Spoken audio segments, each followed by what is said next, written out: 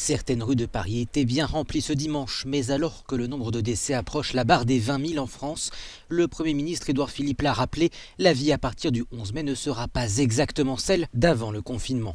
Le télétravail va se poursuivre dans la mesure du possible, la réouverture des magasins sera soumise au respect des règles de distanciation et les écoles seront rouvertes par territoire ou par moitié de classe.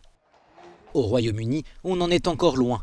Le nombre de décès recensés ces dernières 24 heures a légèrement baissé, mais ce sont toujours plus de 560 personnes qui sont mortes du coronavirus et ces chiffres ne prennent même pas en compte les maisons de retraite.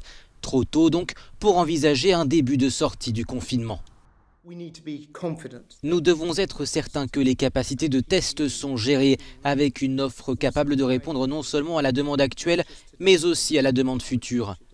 Peut-être plus important encore, nous devons être certains que tout changement que nous apporterons ne risquera pas de provoquer une deuxième vague d'infections. En Italie, alors que la pression est forte pour faire redémarrer l'économie, le débat porte davantage sur la manière d'entamer le déconfinement.